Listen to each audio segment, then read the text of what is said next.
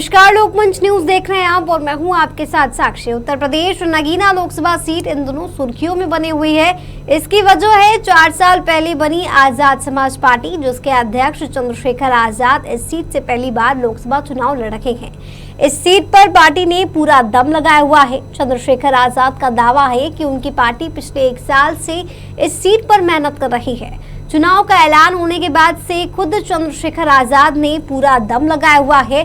वो घर घर जाकर चुनाव प्रचार कर रहे हैं। बड़ों के पैर छूकर और महिलाओं के हाथ जोड़कर उनका समर्थन मांग रहे हैं। जाहिर है कि वो बड़े स्तर पर सपा बसपा के वोटों में सेंध लगाने को तैयार हैं। ऐसे में दलित मुस्लिम वोटर्स 3 उम्मीदवारों के बीच सपा के मनोज कुमार, बसपा के सुरेंद्र पाल सिंह और चंद्रशेखर आजाद के बीच बटे हुए दिख रहे हैं। तो अब देखना दिलचस्प होगा कि इस बार नगीना लोकसभा सीट से कौन विजयी होता है।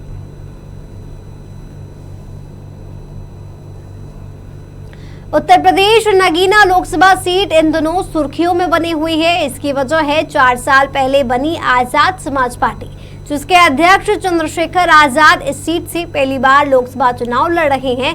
इस सीट पर पार्टी ने पूरा दम लगाया हुआ है। चंद्रशेखर आजाद का दावा है कि उनकी पार्टी पिछले 1 साल से इस सीट पर मेहनत कर रही है। चुनाव का ऐलान होने के बाद से खुद चंद्रशेखर आजाद ने पूरा दम लगाया हुआ है। वो घर घर जाकर चुनाव प्रचार कर रहे हैं।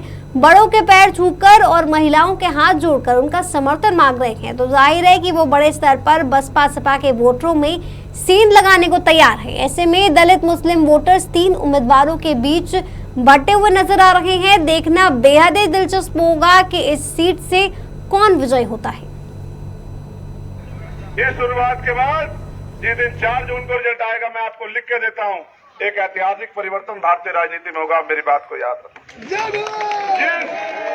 जिस कमजोरों, किसानों, नौजवानों, दलितों, पिछड़ों, मुसलमानों की एकता के लिए, वंचितों की एकता के लिए हम लोग लंबे समय से इंतजार कर रहे थे कि कोई आए उसको एकता करे।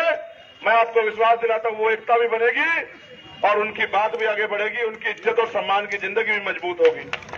आज आपने सुबह में शेरकोट में और अब नजीबाबाद में और शाम में श्योरा में और कल नेटौर में जो आंधी आपने चलाई है, ये केतली की आंधी, ये रुकने वाली नहीं है। केतली